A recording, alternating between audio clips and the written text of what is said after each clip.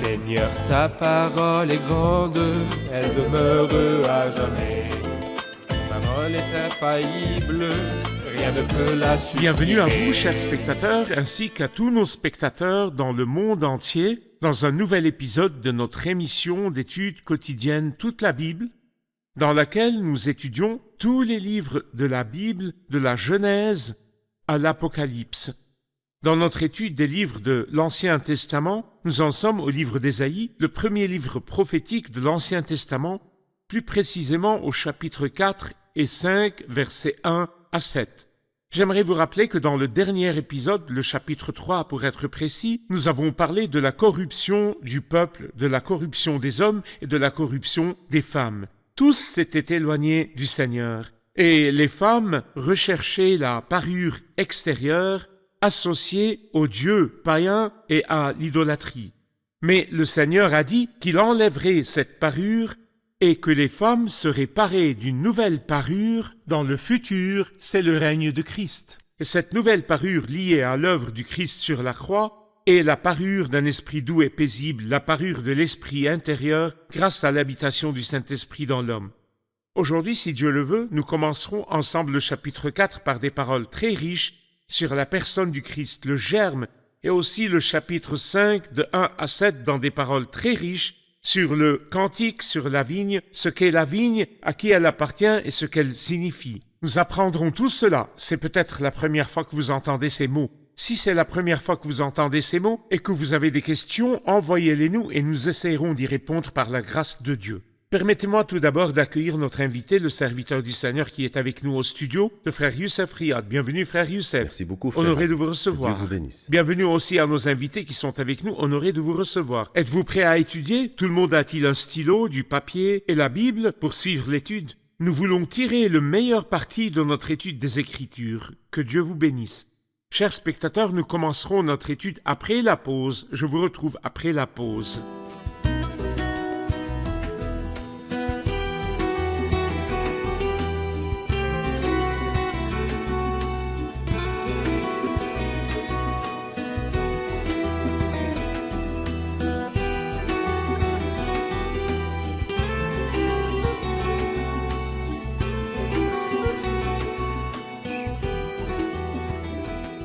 Bienvenue, frère Youssef. Merci beaucoup. Frère Youssef, nous en sommes au chapitre 4 et nous avons besoin d'un titre pour le chapitre 4 et le chapitre 5. Je pourrais intituler le chapitre 4 « La purification de Sion et sa gloire à venir ». Je pense que ceci résume le sujet du chapitre 4. Le chapitre 5, le cantique sur la vigne et son interprétation, et les 6 malheurs qui représentent pour nous les mauvais raisins que cette vigne-là avait produits. Parfait. Lorsqu'il a commencé à parler au chapitre 4 de purifier Sion et de la débarrasser de ses souillures, il a commencé à parler du germe de l'Éternel. Permettez-moi de lire quelques versets et de revenir vers vous avec une question. Chapitre 4 à partir du verset 2. À ce moment-là, le germe de l'Éternel sera splendide et glorieux, et le fruit du pays sera source de fierté et d'honneur pour les rescapés d'Israël. Ceux qui subsisteront à Sion, ceux qui auront survécu à Jérusalem, seront appelés saints. Tous ceux qui seront inscrits pour la vie à Jérusalem. Cela arrivera lorsque le Seigneur aura lavé les souillures des filles de Sion et purifié Jérusalem du sang qui se trouve au milieu d'elle par le souffle du jugement et par le souffle de la destruction. L'Éternel fera alors apparaître sur toute l'étendue du mont Sion et sur ses lieux de réunion une nuée fumante pendant le jour et un feu de flamme éclatante pendant la nuit.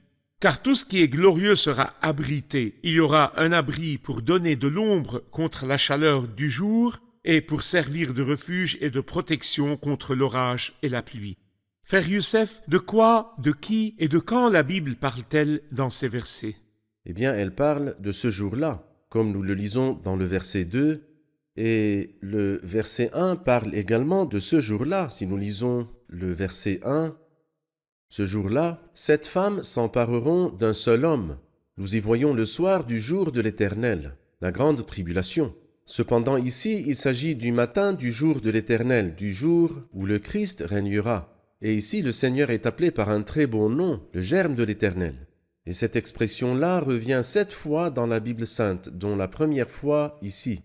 La première fois dans Ésaïe 4, ensuite Ésaïe 11, ensuite Ésaïe 53, donc 3 fois dans Ésaïe, et 2 fois dans Jérémie, Jérémie chapitre 23 et Jérémie chapitre 33, et 2 fois dans Zacharie 3 et Zacharie 6. Alors donc 7 fois la Bible sainte parle du Christ comme d'un germe. Il a la vie en lui, il est agréable à voir, il est utile, tandis que les autres sont des arbres de la forêt. Parfait, très bien. Y a-t-il un contraste entre l'image du germe et celle de la nation corrompue? Quand il a parlé de la nation dans le chapitre précédent, le chapitre 3, de ces hommes et de ces femmes, tous se sont pervertis. Mais l'idée du germe nous parle de vie et de fraîcheur. Parlez-nous de la personne du Christ comme d'un germe dans sa vie humaine en contraste avec cette nation.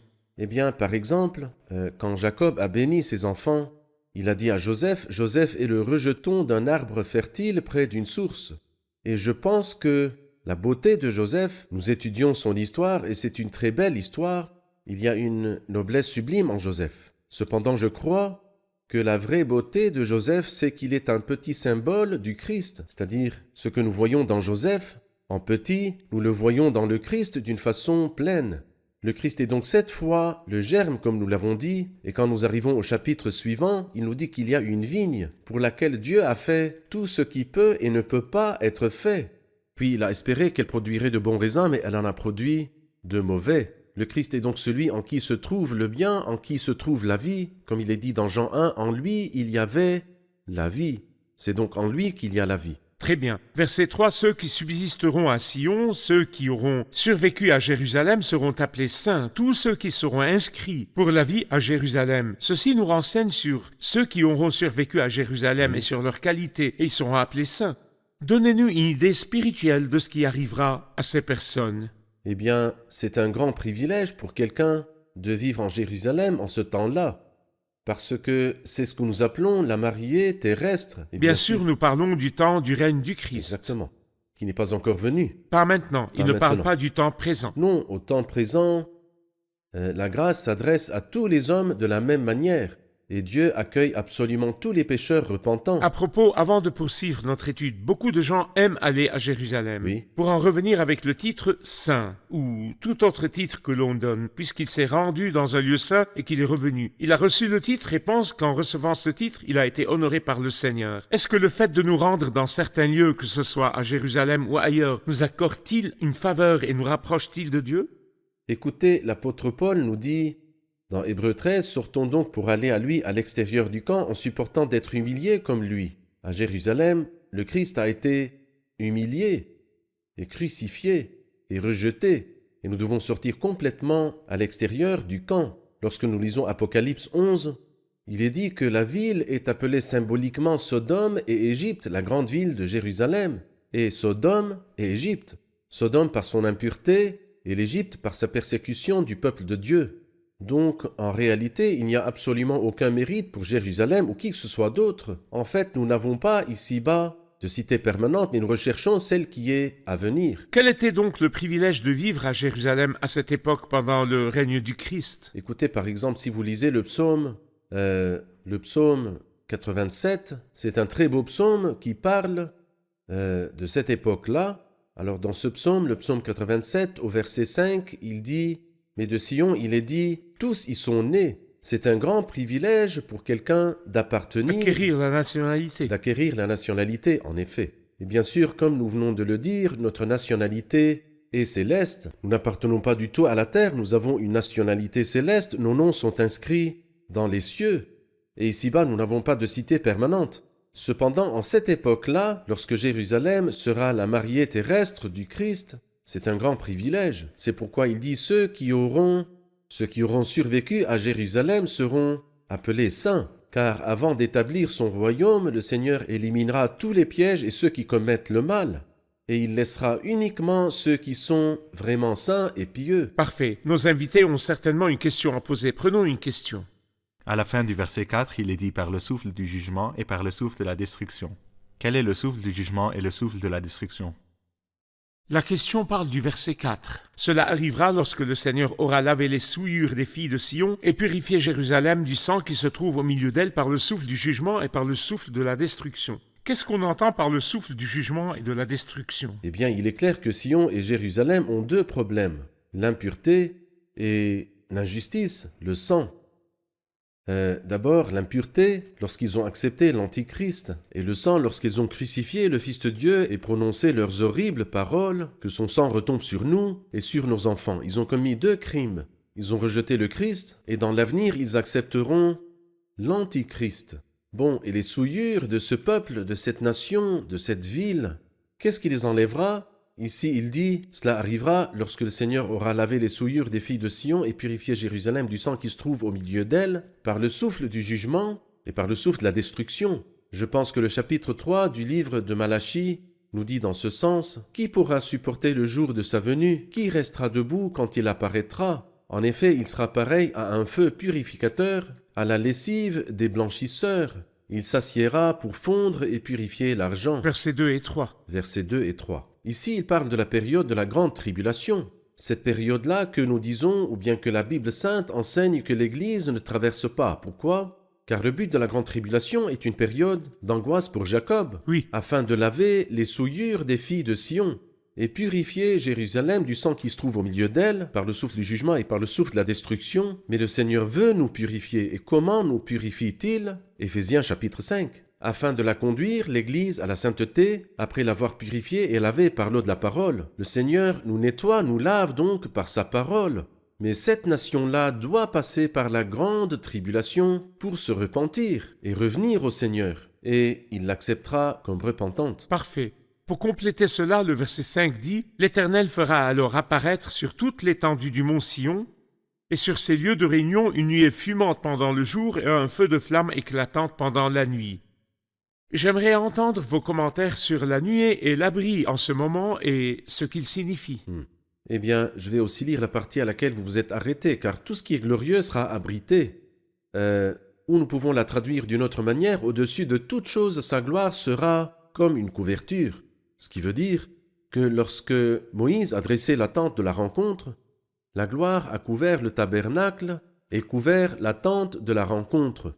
En ce jour-là, la gloire ne sera pas seulement au-dessus du temple, mais aussi elle couvrira tout. Au-dessus de toute chose, sa gloire sera comme une couverture. Ici, il dit « L'Éternel fera alors apparaître sur toute l'étendue du mont Sion et sur les lieux de réunion une nuée fumante pendant le jour et un feu de flamme éclatante pendant la nuit. » De plus, si vous revenez à Exode chapitre 13, vous trouvez que lorsque le peuple est sorti de l'Égypte, il y avait une colonne de nuée le jour et qui se transformait en colonne de feu la nuit. La gloire reviendra de nouveau d'une manière infiniment plus merveilleuse que lorsque le peuple est sorti d'Égypte et lorsque le Seigneur a dressé la tente de la rencontre à travers Moïse. Dans le livre d'Ézéchiel, la gloire de Dieu a quitté le temple et la ville. C'est vrai. Mais lorsque le Christ régnera sur la terre, la nuée de gloire reviendra. Tout à fait. Elle couvrira toute la terre. Oui. Nous allons regarder un reportage puis poursuivre notre étude. Le mot « germe » apparaît 7 fois dans la Bible, toutes faisant clairement référence à la personne du Seigneur Jésus-Christ. Ce mot apparaît 3 fois dans la prophétie d'Ésaïe, dans le chapitre 4, le chapitre 11 et le chapitre 53. Et ce mot apparaît 2 fois dans la prophétie de Jérémie, dans le chapitre 23 et dans le chapitre 33. Il apparaît 2 autres fois dans la prophétie de Zacharie, dans le chapitre 3, verset 8, et le chapitre 6, verset 12.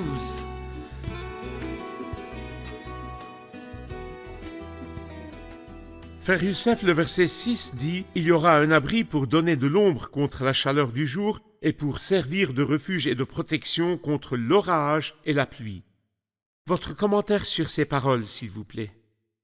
Je pense que cela nous renvoie à Ésaïe chapitre 32, qui dit « Un roi régnera alors conformément à la justice, et des chefs gouverneront conformément au droit. » Le roi, c'est le Messie, quand il régnera sur cette nation et sur le monde entier. Et ensuite il dit « Et il y aura un homme, qui est le Christ, comme un abri contre le vent, et un refuge contre la tempête. » Et il ajoute « Comme des cours d'eau dans le désert, comme l'ombre d'un grand rocher sur une terre aride. » Et nous savons en fait que le peuple avait 7 fêtes. La première fête, c'est la fête de Pâques, qui a eu lieu lors de la première venue du Christ, lorsque le Christ est mort en tant que Pâques. Mais la dernière des 7 fêtes est la fête des tabernacles. Et quand aura lieu cette fête, elle n'a pas encore eu lieu. Quand aura-t-elle lieu? Elle aura lieu à la fin de toutes les dispensations, lorsque le Christ régnera, lorsqu'il reviendra. Il sera lui-même la fête des tabernacles. C'est lui qui a une ombre. Dans le livre des Lamentations, il est dit « Quel dommage !» car le Christ, celui dont dépendait notre vie, celui que l'Éternel avait désigné par onction, lui à propos duquel nous disions « Nous vivrons sous son ombre parmi les nations » est mort. Mais il y a un qui est mort et ressuscité. Qui est-il? C'est le Christ. Celui qui est mort n'a pas d'ombre, mais le Christ qui est ressuscité d'entre les morts, il n'y a rien de plus beau et plus merveilleux que son ombre. Vos paroles me rappellent ce qui a été dit à propos de l'œuvre du Christ et du règne du Christ, qu'il est un tabernacle ou une tente. Il est dit que le royaume de David est une tente en ruine. Mais le Christ viendra pour établir le royaume, redresser le tabernacle ou la tente en ruine, et son abri sera à la fête des tabernacles. Et aussi sur le mont de la transfiguration, oui. Ils ont dit, faisons ici 3 abris, mais le Christ roi devait avoir un abri. Si vous le permettez, j'aimerais passer au chapitre 5. Le chapitre 5 s'intitule « Le cantique sur la vigne ». Oui. Frère Youssef, j'aimerais savoir qui est la vigne et qu'est-ce que la vigne? Le cantique de la vigne, le peuple terrestre, et notamment les hommes de Juda. Ils étaient la vigne. Donc il dit ici, je veux chanter à mon ami. C'est Dieu qui parle et dit mon bien-aimé, c'est-à-dire le Christ, celui-ci est mon fils bien-aimé. Donc c'est Dieu qui dit, je veux chanter à mon ami qui est le Christ, le cantique de mon bien-aimé sur sa vigne. Le Christ aime la vigne, il aime le peuple. Dieu aime le Christ et le Christ aime le peuple. Mais malheureusement, ce peuple-là que le Christ a aimé n'a pas aimé le Christ. Il a pleuré sur eux, mais ils se sont réjouis de lui le jour de son malheur lorsqu'il a été pendu à la croix. Et ici, il nous montre combien il a enduré pour eux, combien il a travaillé pour eux. Et malheureusement, ils étaient les plus perfides, comme nous le verrons dans la suite du chapitre. Je vais lire quelques versets du chapitre 5, de 1 à 7, et revenir vers vous avec une question. Je veux chanter à mon ami le cantique de mon bien-aimé sur sa vigne. Mon bien-aimé avait une vigne sur un coteau fertile. Il a remué son sol, enlevé les pierres, et y a mis des plants de premier choix. Il a construit une tour au milieu d'elle, et y a installé aussi un pressoir. Puis il a espéré qu'elle produirait de bons raisins, mais elle en a produit de mauvais. Et maintenant, habitants de Jérusalem et de Juda, je vous en prie, soyez juges entre ma vigne et moi. Qui avait-il encore à faire à ma vigne que je n'ai pas fait pour elle? Pourquoi, quand j'ai espéré qu'elle produirait de bons raisins, en a-t-elle produit de mauvais? Je vais vous faire savoir maintenant ce que je vais faire à ma vigne. J'arracherai sa haie pour qu'elle soit dévorée. J'abattrai sa clôture pour qu'elle soit piétinée. Je ferai d'elle un endroit saccagé. Elle ne sera plus taillée ni cultivée. Les ronces et les buissons épineux y pousseront, et je donnerai mes ordres aux nuages afin qu'ils ne laissent plus tomber la pluie sur elle. Oui, la vigne de l'Éternel, le maître de l'univers, c'est la communauté d'Israël, et Juda, c'est le plan qui faisait son plaisir. Il avait espéré de la droiture, et voici de l'injustice, de la justice, et voici des cris d'accusation. Ce sont des paroles très dures. Mais frère Youssef, j'aimerais que vous nous parliez des fois où l'on parle d'Israël comme d'une vigne. La Bible nous enseigne dans le livre des Juges chapitre 9 que l'une des fonctions de la vigne est de produire du vin qui réjouit Dieu et les hommes. Verticalement vers Dieu et horizontalement vers les hommes. Israël a-t-il réussi à être la vigne qui glorifie Dieu et réjouit les hommes? Bien sûr que non, il a échoué. Et ici, le Seigneur parle de cela en particulier. En réalité, non seulement il n'a pas produit de bons raisins et il en a produit de mauvais, nous lisons à partir du verset 8, il nous parle de ces mauvais raisins. Qu'est-ce que les mauvais raisins? Qu'est-ce que c'est exactement? Il nous le dira dans la suite du chapitre.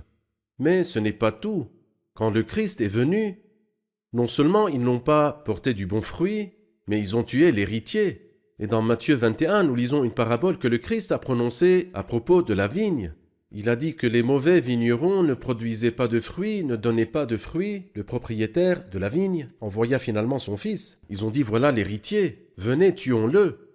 Le dernier verset que vous avez lu, il avait espéré de la droiture, et voici de l'injustice. De la justice, et voici des cris d'accusation.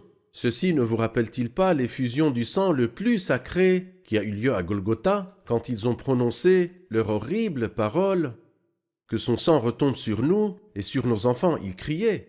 Il avait espéré de la justice et voici des cris d'accusation. Il criait si fort que Pilate, qui ne voulait pas crucifier le Christ, mais quand il a vu qu'il allait y avoir une émeute, quand il vit que le peuple allait se révolter contre le gouverneur qui est Pilate, parce qu'il voulait crucifier le Christ, il avait espéré de la justice. Et voici de l'injustice et de la justice et voici des cris d'accusation.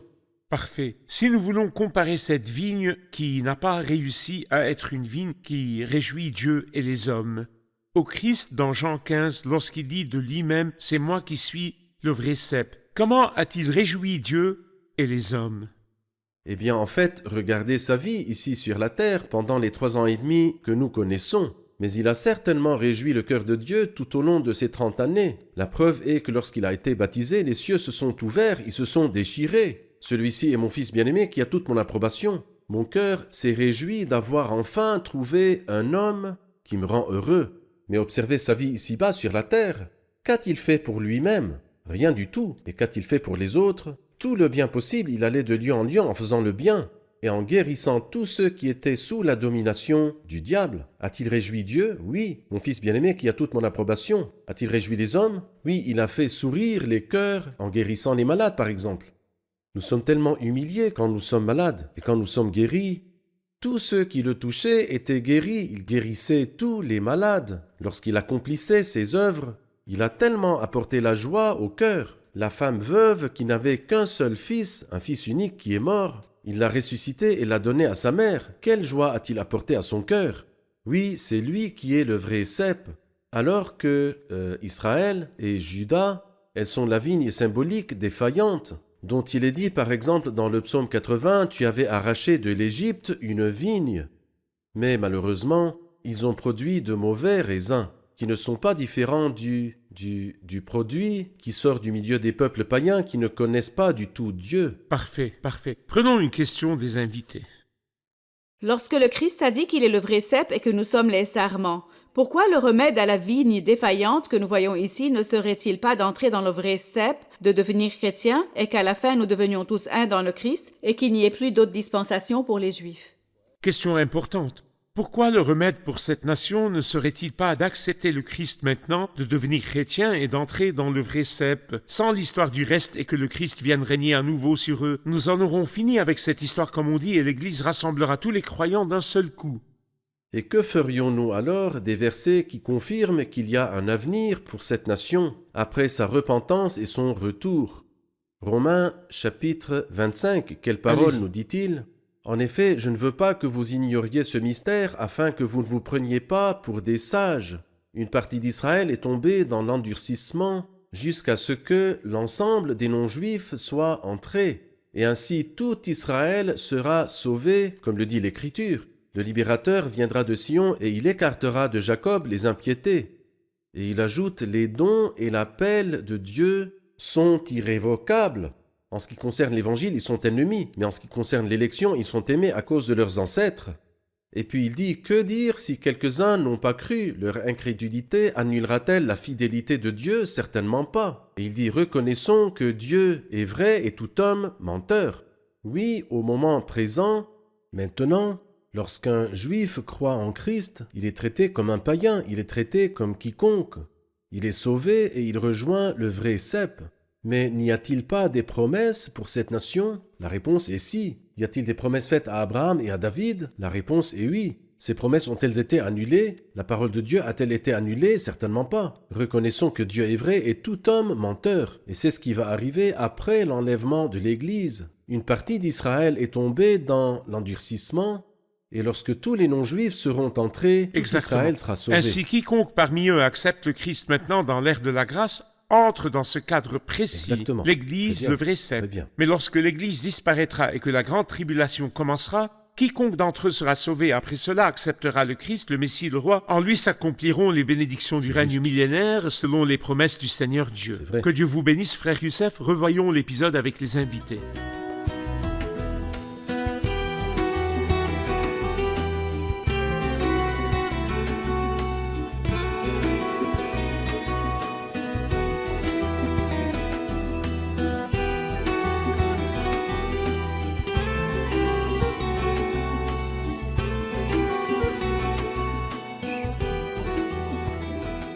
En ce qui concerne le souffle du jugement et le souffle de la destruction, pourquoi le peuple avait-il besoin du souffle du jugement et du souffle de la destruction pour que le Seigneur enlève ses souillures? Parce que le peuple avait deux problèmes. Le premier était l'impureté et le second était le sang. L'impureté parce qu'ils avaient commis l'adultère loin de Dieu. Et le sang, ils avaient besoin d'être purifiés parce qu'ils avaient dit qu'ils allaient tuer le Seigneur Jésus quand il est venu. Ils avaient donc le problème du sang en tuant le Christ. En crucifiant le Christ, ils ont dit que son sang retombe sur nous et sur nos enfants. Et Dieu a dû les amener dans la grande tribulation par le souffle du jugement et le souffle de la destruction. Frère Youssef? Eh bien, la grande tribulation leur fera ce que la prison a fait aux frères de Joseph. Ils se sont souvenus du crime qu'ils avaient commis contre leur frère Joseph. La tribulation a permis aux frères de Joseph de se souvenir de leurs crimes et de leur injustice envers Très leurs bien. frères. Et la grande tribulation amènera ce peuple à se repentir du péché qu'il a commis en tuant le Christ. Mais bien sûr, l'Église est maintenant purifiée par la parole, purifiée et lavée par l'eau de la parole. Au chapitre 5, versets 1 à 7, on parle de ce peuple comme d'une vigne. Et Jean 15 parle du vrai cep, le Christ. J'aimerais que quelqu'un établisse un contraste entre l'échec du peuple en tant que vigne et le succès du Christ en tant que vrai cep. Le peuple, en tant que vigne, n'a pas produit de bons raisins. Il a produit de mauvais raisins. Mais le Seigneur Jésus est le vrai cep qui, sur la base de son œuvre, a porté beaucoup de fruits. Le peuple n'a pas pu produire de bons raisins pour glorifier Dieu et réjouir Dieu et les hommes, mais le Christ, comme nous l'avons appris, a consacré toute sa vie à la gloire de Dieu. J'ai révélé ta gloire sur la terre. Et il a été disponible pour les hommes. Il a apporté la joie dans le cœur des hommes. Oui, parfait. Parfait. Il ne parle plaise du pas à peuple. Dieu, il se comporte en adversaire de tous les hommes, comme il est dit dans 1 Thessaloniciens 2. C'est vrai, parfait. Il avait le fruit vertical et le juste. fruit horizontal. Il allait de lieu en lieu en faisant bien. le bien. Combien sur 10, frère 9 à Youssef? 10. De 9 à 10. Il se concentre avec nous. Que Dieu vous bénisse. Merci beaucoup. Nous allons poursuivre notre étude dans le prochain épisode. Merci, Que Dieu frère vous Youssef. bénisse. Merci. Chers spectateurs, la nation d'Israël n'a pas réussi à être la vigne selon le cœur de Dieu qui produit de bons raisins qui réjouissent Dieu et les hommes. Mais le Christ, qui est venu ici sur terre, et la Bible dit de lui, il a grandi devant lui comme une jeune plante, comme un rejeton qui sort d'une terre toute sèche, lui qui, tout au long de sa vie humaine, a cherché à plaire à Dieu. Essayez d'accepter le Christ comme votre sauveur personnel, et je vous garantis, comme la Sainte Parole vous le garantit, la joie éternelle. Je vous retrouve dans le prochain épisode. Que le Seigneur soit avec vous.